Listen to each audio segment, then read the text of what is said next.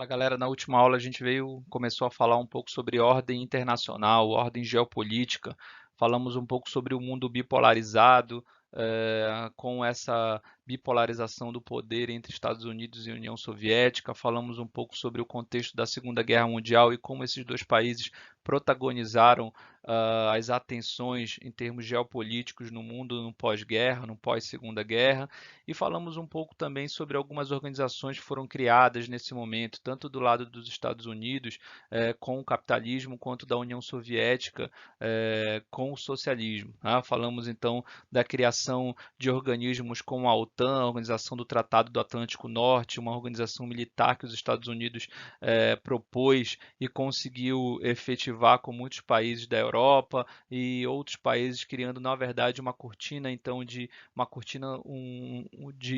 poder então com a União Soviética, um cordão sanitário de fato entre esses dois mundos, desse mundo do capitalismo e do socialismo. Do outro lado, a gente falou um pouco sobre a União Soviética com o Pacto de Varsóvia, também criando então interações e criando organismos do lado socialista, do lado da União Soviética, estabelecendo então parcerias é, geopolíticas, parcerias militares dentro do contexto socialista. Tá? E houve a criação de outros organismos, a gente teve a criação da OCDE, na verdade, que a gente falou também na última aula, que foi já de cunho econômico, baseado então na economia dos países capitalistas, e hoje ela se transformou, hoje ela a OCDE é um outro organismo, é um organismo, na verdade, inclusive que alguns especialistas colocam que é de países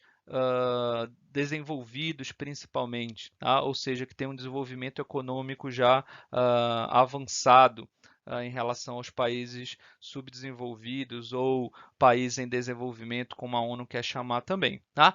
E então a gente falou um pouco sobre esse ordenamento geopolítico e a gente estabeleceu, deixou essa aula especificamente para falar então sobre a Organização das Nações Unidas, para falar sobre a ONU, qual é a importância dela no pós-guerra e qual é o jogo político, o jogo geopolítico dentro desse organismo internacional no contexto atual. Tá? Então vamos falar um pouco sobre a ONU aqui e sobre os seus dois principais fóruns de discussão e fóruns de decisão que acontece na ONU. Tá bom? Então vamos falar um pouco agora sobre esse contexto da Organização das Nações Unidas, ok? Bom, então vamos lá. Então vamos falar um pouco sobre a Organização das Nações Unidas, né? E hoje ela passa por uma crise de legitimidade, qual é a importância de fato da ONU, de que maneira a ONU de fato ela ajuda, contribui na cooperação entre os países, tá? Vamos primeiro falar um pouco sobre o contexto histórico. A Organização das Nações Unidas ela vai ser criada após a Segunda Guerra Mundial e tinha objetivos claros, né? O objetivo de preservar tanto a paz e a segurança no mundo. Vamos lembrar que a gente está num contexto do pós-guerra, além de promover também uma cooperação internacional para resolver questões econômicas, sociais, culturais e humanitárias. Então a ideia era então de partilhar objetivos, de partilhar cooperação entre as diversas soberanias dos países, era de um pouco contribuir, que um país contribuísse com os outros nesse contexto do pós-guerra. Tá? Obviamente, alguns saem muito mais fortalecidos desse contexto do pós-guerra do que outros e vão dar as cartas, então, nesse meio geopolítico das organizações das Nações Unidas. Tá? Então, ela foi criada em 1945. Naquele momento ela tinha 51 representantes, eles vão se reunir então na Conferência de São Francisco, lá nos Estados Unidos, então, que é o país que sai mais fortalecido da Segunda Guerra Mundial, mas aí a ONU também vai ter representantes de várias ordens, de várias políticas econômicas e sociais diferentes, mas vamos lembrar que os Estados Unidos é um dos países que sai fortalecido então dessa Segunda Guerra, então eles vão aprovar ali naquele momento, os 51 países, uma carta de princípios, que a ideia então é de nortear, de dar direção então às ações da ONU no mundo, tá? No pós-Segunda Guerra, obviamente. Ela tem a conferência, ela aconteceu, a primeira conferência da ONU, ela acontece em 45, mas ela é sediada até hoje em Nova York, tá? E ela vai substituir também uma chamada Liga das Nações, que foi criada após a Primeira Guerra Mundial, e após a Segunda Guerra ela vai ser criada então a Organização das Nações Unidas, substituindo então essa Liga das Nações, que tinham objetivos semelhantes ao que a ONU vai pregar após a Segunda Guerra também, tá? Hoje a gente tem na Organização das Nações Unidas 193 membros, tá?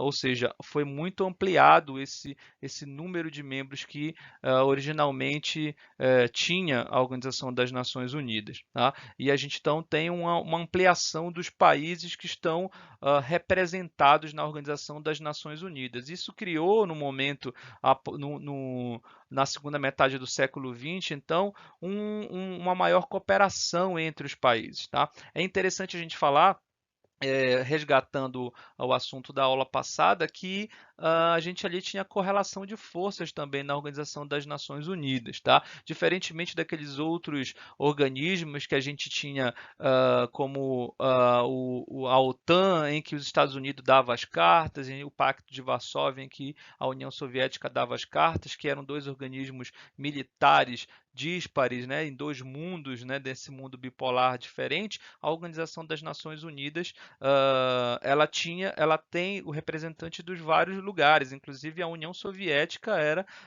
tinha representantes então na ONU. Então nessa Organização das Nações Unidas havia representação então das diferentes ordens políticas, sociais e econômicas na Organização das Nações Unidas. Obviamente, em que há também ali uma correlação de forças geopolítica dentro dos debates e dentro das ações que vão ser estabelecidas na ONU, tá? Obviamente, após esse mundo bipolar, após essa Guerra Fria, a gente vai ter uma ampliação de algumas ações da ONU, tá? Porque a gente vai ter um mundo um pouco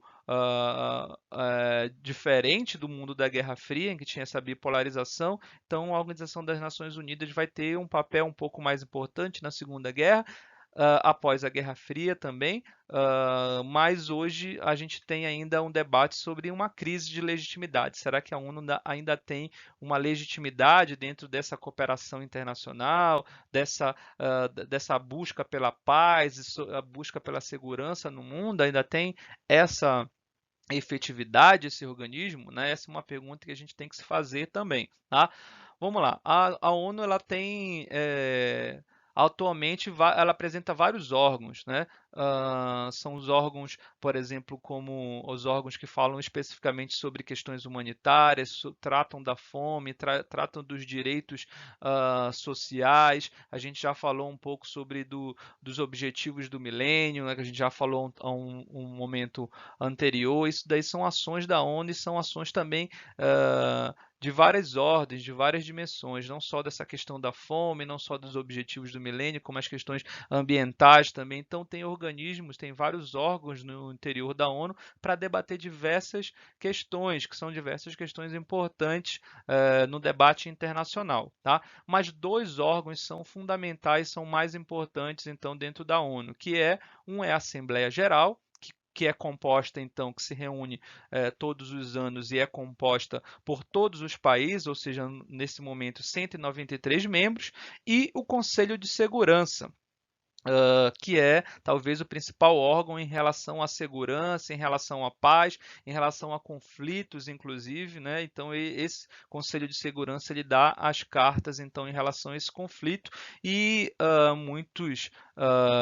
muitos analistas colocam que o Conselho de Segurança ele é o principal órgão então da Organização das Nações Unidas, porque ali estão os países mais importantes que têm um poderio militar muito maior, né? E que podem apresentar uma correlação de forças militares ali muito importantes e são importantes em decisões e ações da ONU em relação a alguma guerra, em relação a algum conflito que possa acontecer, por exemplo, no Oriente Médio, na África. O Conselho de Segurança ele decide se a ONU vai intervir ou não em determinados conflitos, por exemplo. exemplo, tá? Então, muitos analistas colocam que esse Conselho de Segurança ele é o principal órgão da Organização das Nações Unidas, tá? Não que a Assembleia Geral não tenha sua importância, porque ela é composta por representantes de todos os países, mas o Conselho de Segurança ele é em termos geopolíticos, ele é mais efetivo, ele tem mais poder e alguns países ali que compõem esse Conselho de Segurança são bem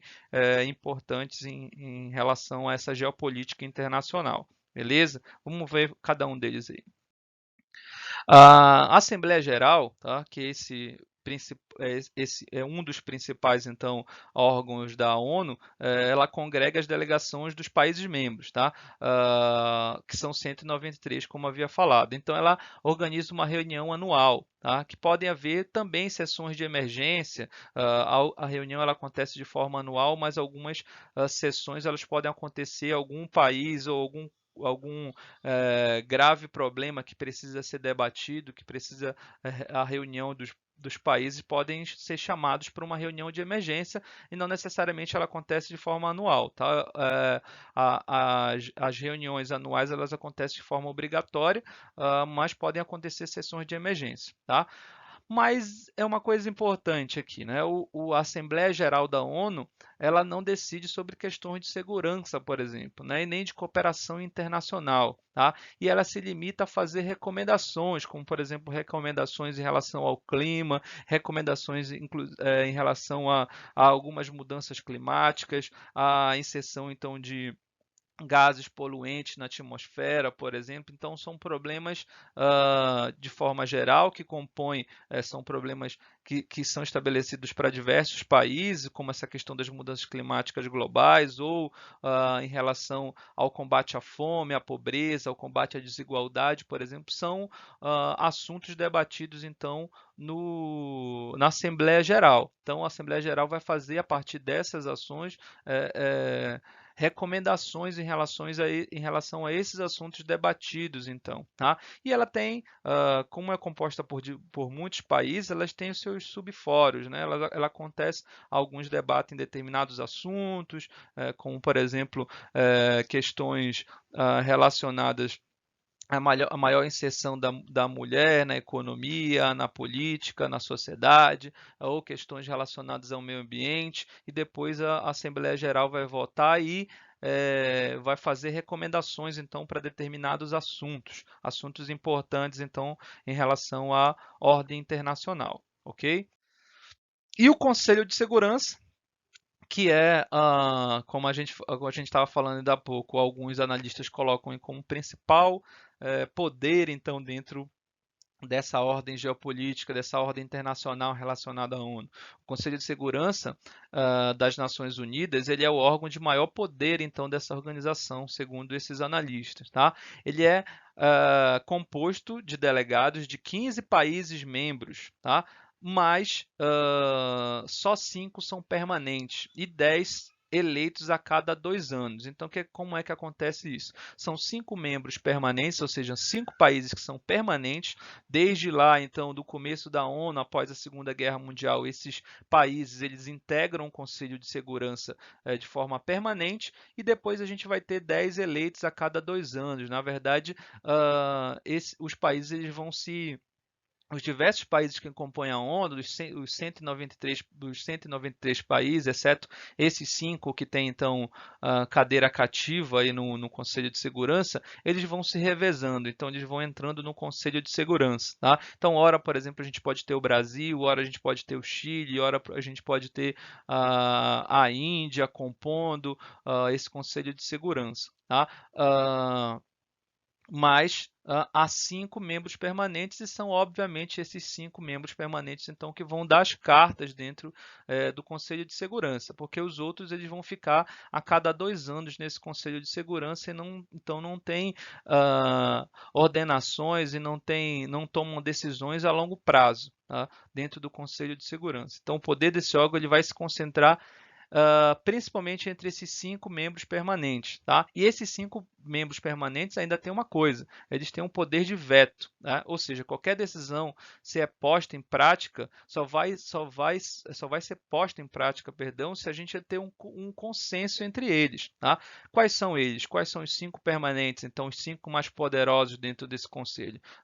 Os Estados Unidos, o Reino Unido, a França, a China e hoje a Rússia, que substitui então a União Soviética após o fim da Guerra Fria, após o fim da União Soviética. A Rússia, a principal herdeira então da União das Repúblicas Socialistas Soviéticas, vai ter a sua cadeira então no Conselho de Segurança. Tá? Então, se um desses aí, desses 5 membros permanentes,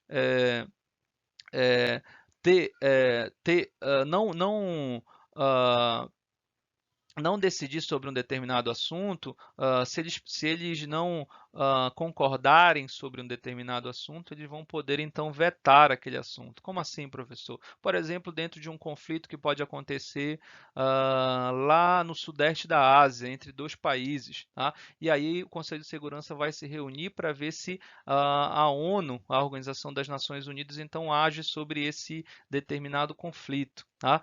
E aí, Estados Unidos, Reino Unido, França e China concordam na intervenção da ONU naquele conflito entre esses 2 países. Tá? E a Rússia não concorde, então a ideia é então, que esse Conselho de Segurança, ou seja, a ONU não haja então sobre esse conflito. Tá? Então não vai ter uma ação da ONU especificamente nesse conflito, porque um desses países vetou. Ou pode ser os Estados Unidos, o Reino Unido, a França, a China, enfim. Tá? Então esse Conselho de Segurança, esses membros permanentes, perdão, eles têm esse poder de veto, então, de alguma ação da ONU. Tá? E, obviamente, aqueles países que não são permanentes no Conselho de Segurança da ONU, eles não têm grandes ações, então, sobre esse Conselho de Segurança. Ele não tem o poder de veto, por exemplo. Tá? É importante dizer também outra coisa sobre esse Conselho de Segurança, que durante a Guerra Fria, naquele mundo bipolar, a capacidade da ação da ONU ela era bastante limitada, inclusive o Conselho de Segurança também. Por quê? Porque as decisões contrariavam ora os interesses americanos e ora os interesses da União Soviética, por exemplo. Tá? Então, por exemplo, dentro de um conflito na África em que tinha ações, que tinha financiamento da União Soviética no determinado grupo dentro de um país africano, e naquele mesmo país tinha o financiamento dos Estados Unidos, naquela questão da bipolarização, então um deles ia vetar a ação da ONU então naquele conflito, e sempre era limitado então essa ação do Conselho de Segurança. No pós-Guerra Fria não, a gente vai ter um outro contexto e às vezes o Conselho de Segurança autorizou, por exemplo, a intervenção da ONU no conflito, como aconteceu na Guerra da Bósnia, dentro do contexto da antiga Iugoslávia, ali na região dos Balcãs, então na Europa, por exemplo, e em outras ações que a ONU também interviu, como ações no Oriente Médio. Tá? E aí houve um pouco mais de consenso no pós-Guerra Fria em relação a esse Conselho de Segurança da ONU, e a ONU acabou agindo em algumas ações. Tá? Então, naquele momento da bipolarização, um lado se sentia, na verdade, prejudicado e vetava então uma resolução que contestasse a ação do outro, né? Então, aquela correlação de forças que a gente tinha falado. Então, o Conselho de Segurança ele é o órgão mais poderoso, resumindo, tá? E ele tem esses 5 membros importantes, permanentes e mais importantes, que na prática eles acabam tomando todas as decisões. Eles têm então esse poder de veto sobre uma determinada ação da ONU, principalmente relacionada, obviamente, à segurança, em relação à paz, então, entre países, entre conflitos entre países. Então, ele tem esse poder, portanto, dentro da ordem internacional, tá? E o Conselho de Segurança, portanto, ele é esse órgão aí que é mais importante. Bom, gente, além disso, né, esse Conselho de Segurança também ele está passando por uma crise de representatividade, né? De fato, o Conselho de Segurança ele tem principalmente esse poder de veto dos membros, ele está sendo feito de forma efetiva, tá? E aí a gente tem um acontecimento já no século XXI, então lá em 2003, que botou em xeque então esse poder de veto dos países do Conselho de Segurança. De fato, a ONU ela tem uma legitimidade, de fato ela se legitima como o principal organismo internacional e vai ser importante para arbitrar então esses conflitos entre países. Por quê? O que acontece em 2003? Em 2003 a gente vai ter os Estados Unidos, ele colocou uma ideia no Conselho de Segurança da ONU de invasão do Iraque em 2003. A justificativa dos Estados Unidos ali naquele momento é que no Iraque a gente tinha armas de destruição em massa e o Saddam Hussein, que era lá o seu líder máximo, ele tinha a intenção então de utilizar essas armas de destruição em massa com seus vizinhos, que eram parceiros, que são parceiros comerciais dos Estados Unidos e de outros países do Ocidente. E os Estados Unidos não teve apoio de todos os membros permanentes do Conselho de Segurança, ou seja, ele teve o veto de alguns dele. Na verdade, ele só teve apoio do Reino Unido para a invasão no Iraque, para ação direta no Iraque. Então, mesmo sem esse apoio então do Conselho de Segurança, os Estados Unidos invadiu. Apenas o apoio do Reino Unido, os Estados Unidos invadem o Iraque, ou seja, passando por cima então de uma decisão do Conselho de Segurança, ele invadiu o Iraque. Depois o Saddam Hussein então do poder, o Saddam Hussein num momento posterior ele vai ser condenado então pelo um conselho de juízes dentro do Iraque, vai ser condenado inclusive à morte, mas esse caso ficou marcado então por uma crise de legitimidade da ONU e do Conselho de Segurança.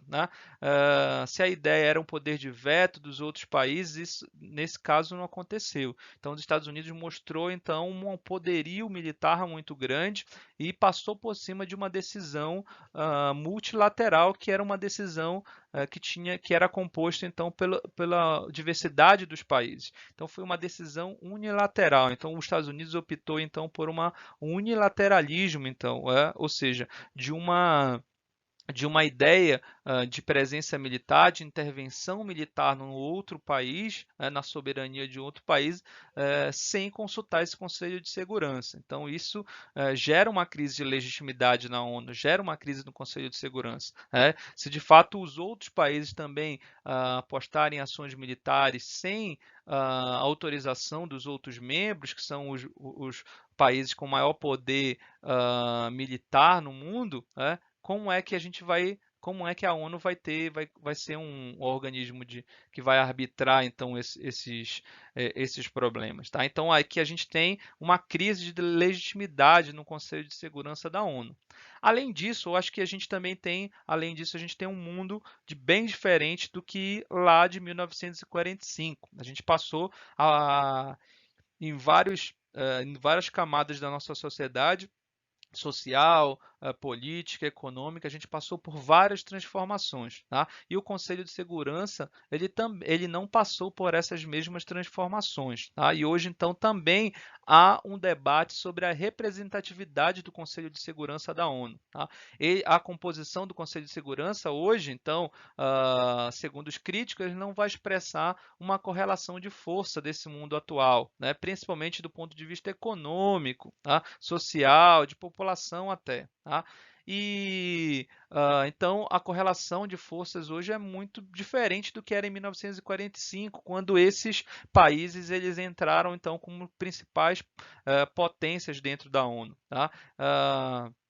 Então, a partir de 2004, o Brasil, a Alemanha, o Japão e a Índia formaram um grupo para tentar acelerar uma reforma no Conselho de Segurança, né? E, além disso, também ter uma vaga efetiva como um membro efetivo do Conselho de Segurança da ONU. Tá? Brasil, Alemanha, Japão e Índia então, são postulantes a uma vaga permanente no Conselho de Segurança. Esses países já foram, em alguns momentos, participaram do Conselho de Segurança, mas não como permanente, aquela cadeira rotativa que eu havia falado ainda há pouco. Tá?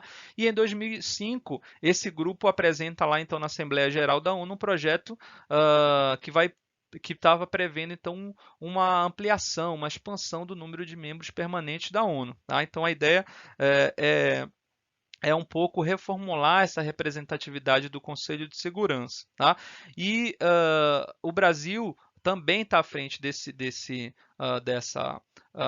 ideia, dessa reforma do Conselho de Segurança, em função de também ele ser o maior país aqui da América Latina, territorialmente, populacionalmente e economicamente, ele é o maior país da América Latina. Então, por exemplo, o Brasil reivindica que a América Latina ela precisa de um representante no Conselho de Segurança da ONU. Hoje a correlação de forças ela é diferente. Tá? Então, eles vêm postulando diante desses países dos membros permanentes do Conselho de Segurança também uma cadeira aí. O Brasil é um dos líderes então desse movimento. Tá? E o Brasil reivindica, obviamente, aqui para a América Latina em função desse poderio econômico, também uma cadeira. Obviamente que a gente tem pode haver dentro dessa questão geopolítica aí uma ação da Argentina, do México, que também querer uma cadeira permanente, tá? Mas dentro da América Latina, o Brasil tem liderado esse movimento e dentro das costuras geopolíticas, da costura das relações exteriores, tentar angariar o maior número de apoios possíveis também para integrar o Conselho de Segurança. Isso não aconteceu até agora. A Alemanha também, dentro da Europa, é um país economicamente muito importante, que se modificou após a Segunda Guerra Mundial, que teve um crescimento econômico bastante acelerado, hoje é uma das principais economias do mundo, e também postula, então, uma vaga no Conselho de Segurança. E também vai ter correlação de forças lá na Europa, porque, por exemplo, a Itália também quer uma vaga como membro permanente.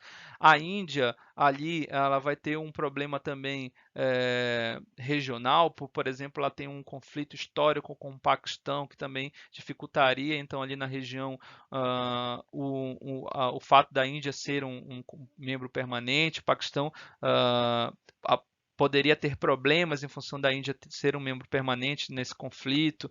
O próprio Japão, na Ásia, teria resistência da China também, em função de ter essa correlação de força geopolítica ali naquela região. Então, esses países eles pretendem ter participar como membro permanente na ONU, mas eles vão estão sofrendo, na verdade, resistência, né, nas suas regiões, especificamente do mundo, e também dos próprios membros permanentes do Conselho de Segurança. Tá? O Brasil tem um apoio inclusive da Rússia e da China dentro dos membros permanentes, principalmente a partir dos BRICS, né, dos países emergentes, daquele grupo de países emergentes. O Brasil tem esse apoio, a África do Sul também teria um apoio dentro dos BRICS, também para integrar dentro dessa costura das relações exteriores, mas vai haver resistências, inclusive, com outros países, sobretudo os Estados Unidos, que, apesar de não de falar sobre esse assunto, de não emitir opinião dentro desse Conselho de Segurança, de tentar ficar em cima do muro, e acaba não ajudando essa reforma então do Conselho de Segurança da ONU, né? Nem fala sobre o apoio, por exemplo, nesses últimos governos dos Estados Unidos, sobre o apoio para a inserção do Brasil, por exemplo, no Conselho de Segurança, tá? E de outros países. Então, isso é uma costura geopolítica, é uma correlação de forças, é uma costura de relações exteriores que precisa ser feita para alguns países que ascenderam economicamente, inclusive ascenderam então em termos de poderio econômico, serem também representantes no Conselho de Segurança, tá? De forma permanente. Então, falta aí um consenso dentro dos membros permanentes e falta um consenso também regionalmente para que esses países, sobretudo Brasil, Alemanha, Japão e Índia, eles formem um grupo de representantes permanentes também no Conselho. Tá? Então, isso precisa de várias costuras geopolíticas aqui. Tá? Mas a gente tem dentro da organização da ONU também algumas outras ações também para trazer um maior poder, principalmente para os países do chamado Hemisfério Sul, tá? Que na sua grande maioria são países menos desenvolvidos ou são países em desenvolvimento, e alguns países em desenvolvimento eles buscam então dentro da organização da ONU uma cooperação entre eles, tá? E essa cooperação ela fica conhecida então como uma cooperação Sul-Sul. Principalmente a partir de 2003 foi criada entre os governos de alguns países em desenvolvimento, a intenção então de aproximar os países membros política e economicamente e ampliar um pouco o poder desses países emergentes, países que estão crescendo, tá? Então foi ampliado e tornou-se mundial essa cooperação entre os países do Sul, tá? Quem liderou então foi 3 países: o Brasil, a Índia e a África do Sul, e inclusive eles vão chamar isso de Fórum de Diálogo IBSA ou IBAS, isso depende da língua que a gente está falando. IBAS seria a primeira sigla em iniciais dos países em desenvolvimento, desses 3 países. Então, eles fizeram uma cooperação internacional e fizeram um fundo de ajuda aos países do Sul, tá? Principalmente em termos de fome, principalmente em termos políticos, em relação à pobreza. Então, esses 3 países e outros eles acabaram contribuindo, formando um fundo dentro da ONU, dentro dessa chamada cooperação Sul-Sul, e ganham um pouco mais de poder, inclusive dentro dos fóruns da ONU, para ascender geopoliticamente ali dentro do organismo, tá? Então, há algumas ações, sobretudo dos países em desenvolvimento, para ganhar muito mais importância na Organização das Nações Unidas, tanto no âmbito da Assembleia Geral, quanto no âmbito do Conselho de Segurança da ONU, e também em outros fóruns dentro da ONU, tá? Nos últimos anos, nos últimos 10 anos, essa cooperação Sul-Sul, esse diálogo dos IBAs, ele ficou um pouco mais enfraquecido, sobretudo pela ascensão dos BRICS, né, dos países em desenvolvimento, pela formação do grupo dos BRICS. Vamos lembrar que esses 3 países eles compõem os BRICS, só que a gente tem também a Rússia e a China compondo o grupo dos países em desenvolvimento, tá? E aí as ideias dentro desses países eles se tornam diferentes, elas acabam se contrapondo. Por quê? Porque a Rússia e a China elas são membros permanentes, por exemplo, do Conselho de Segurança da ONU. Esses 3 não. Então, eles podem ter objetivos diferentes. Então, essa cooperação Sul-Sul, esse fórum de diálogo do IBSA, dentro desses países ficaram um pouco enfraquecidos em função da ascensão dos BRICS, né, do outro grupo que integra a Rússia e China também, que são um grupo de países emergentes, de grupo de países desenvolvidos, ok? Então, até mais, até a próxima. A gente vai continuar falando então de geopolítica internacional.